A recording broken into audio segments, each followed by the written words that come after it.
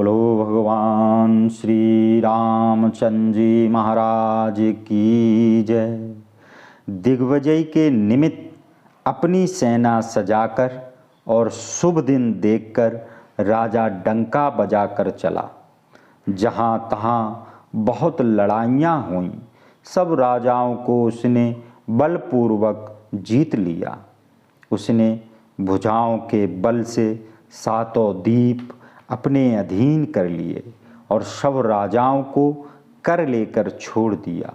उस समय पृथ्वी मंडल का चक्रवर्ती राजा प्रताप भानु था।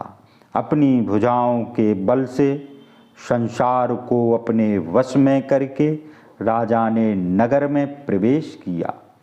राजा अर्थ, धर्म और कामादि के सुख समय अनुसार भोगने लगा। राजा प्रताप भानु का बल पाकर पृथ्वी कामधेनु हो गई। सब प्रजा सुखी थी, किसी को कोई दुख नहीं था। सब पुरुष स्त्री धर्मात्मा और सुंदर थे। धर्म रुचि मंत्री की भक्ति हरि के चरणों में थी। वह राजा की भलाई के लिए उसको नीति सिखाया करता था। गुरु, देवता, साधु, पितर, ब्राह्मण इन सब की राजा सदैव सेवा किया करता था। वेदों में जो राजधर्म कहे हैं उन सबको आदर सहित सुख मानकर राजा करता था। प्रतिदिन अनेक प्रकार के दान विधि पूर्वक करता था और श्रेष्ठ शास्त्र, वेद व पुराण सुनता था। अनेकों बावली, कुआं, तालाब, फुलवारी, सुंदर बाग, ब्राह्मणों के घर और सुंदर देव मंदिर सब तीर्थों में उसने बनवाए। पुराणों और वेदों ने जितने यज्ञ कहे हैं वे सब यज्ञ राजा ने प्रसन्नता पूर्वक हजार हजार बार किए।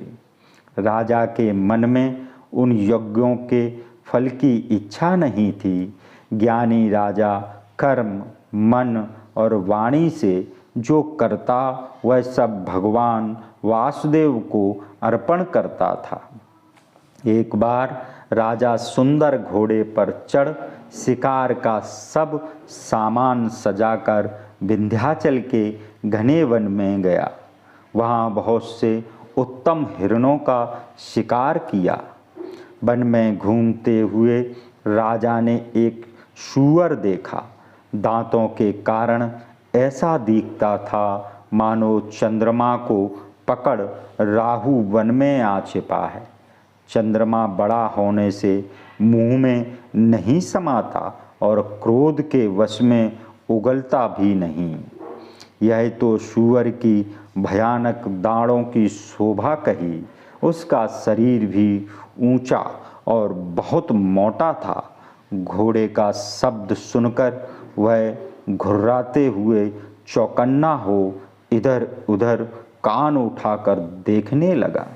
नीले पर्वत की चोटी के समान बड़े सूअर को देखकर राजा ने घोड़े को चाबुक मारकर दौड़ाया, क्योंकि साधारण हाँकने से निर्वाह नहीं होता था।